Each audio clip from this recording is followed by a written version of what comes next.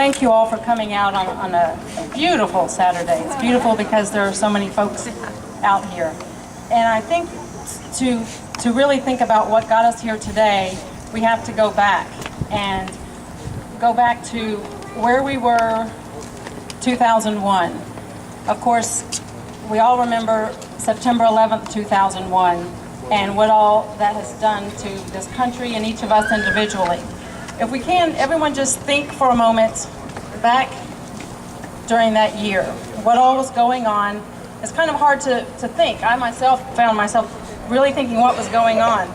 On TV, there was the TV show Friends. The movie of the year that came out was Harry Potter and the Sorcerer's Stone, Shrek, Ocean's 11. The big books on the bookshelves that year were Tuesdays with Morrie, Seabiscuit, and It's Not About the Bike by Lance Armstrong. And the movies, the songs that year, Drops of Jupiter by Train, Coldplay Yellow, and Leanne Womack singing I Hope You Dance. Here we were going about our daily lives, working, taking care of our family, our children's. These things were going on, entertaining us, and all of a sudden, 9/11 happened. And I tend to think of things with a song track in the back of my mind, and I can't help but think of that song, I Hope You Dance. Don't let some hell-bent heart leave you bitter. When you come close to selling out, reconsider. Give the heavens above more than just a passing chance. And when you get the choice to sit out or dance, I hope you dance. Well, 9/11, we were all stuck. Someone with a hell-bent heart attacked our country, attacked our friends and families. I'm sure some of you know people personally that were attacked because of people with hell-bent hearts. I myself was working at Channel 4. For some reason, I'd gotten ready early that day, don't ask me why, and started watching the events on television. Immediately got sent down to the federal courthouse because they were shutting that down, got sent to the airport because they were shutting that down, and got sent to the TCBY tower. And the whole time I just kept wanting to know more and more, and I'm hearing the towers had fallen down, and I couldn't believe it. It was just, as all of you know, it was unbelievable. And then I was reminded that the TCBY tower itself was a possible target by Timothy McVeigh. He had come to that TCBY tower, former TCBY tower, considered attacking that before the Oklahoma City attack, and changed his mind because he saw a flower shop and a bunch of children down there. Us here in Arkansas, we could have been victims ourselves, and thank the good Lord above, we were not. Well, as the days went on, we all went through the grieving process of shock and anger and disappointment, and then acceptance.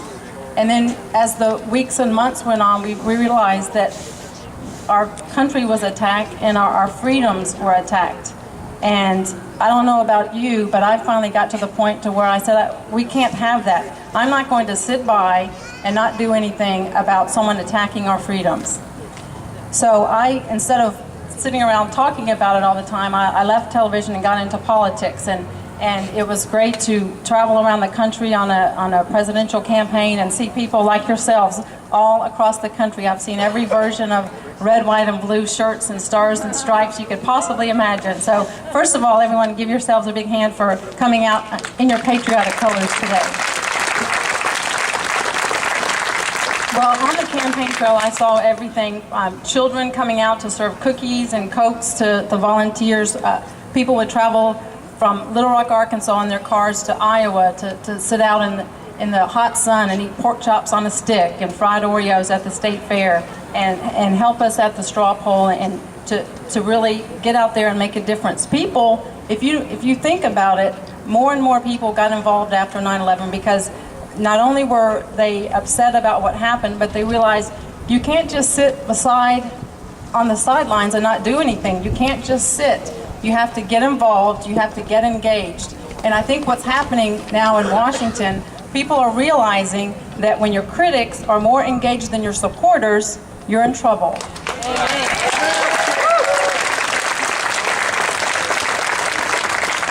And what's fascinating to me, and what's great, what I see right here, and we're seeing it on television all day today, people in every state of the country and on into Washington, D.C., People are engaged. People are getting involved. I see signs over here, One Nation Under God. We see give power back to the people.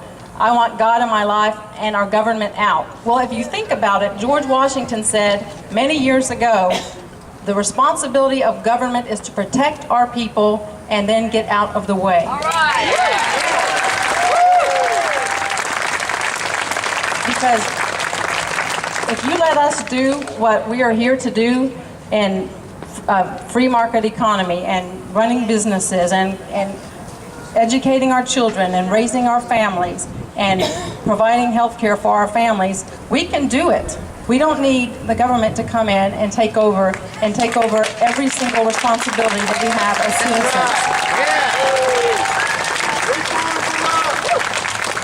citizens. So I encourage everyone to continue to come out and support whatever it is, whether it's the Tea Party, whether it's whatever kind of rally it is. It can be the 9/12 movement.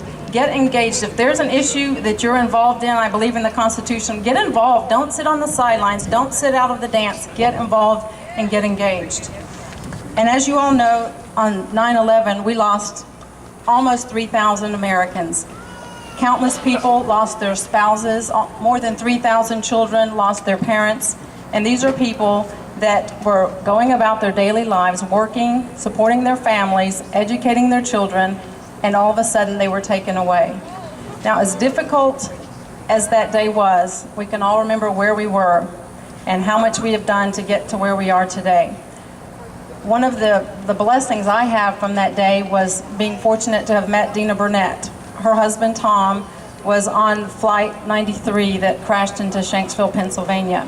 She's a dear woman, a mother of 3 children, and right after 9/11, I had the fortune to interview her and just speak with her about how she's doing. She at the time had lived in San Francisco and has since relocated to Arkansas because this is where her family is.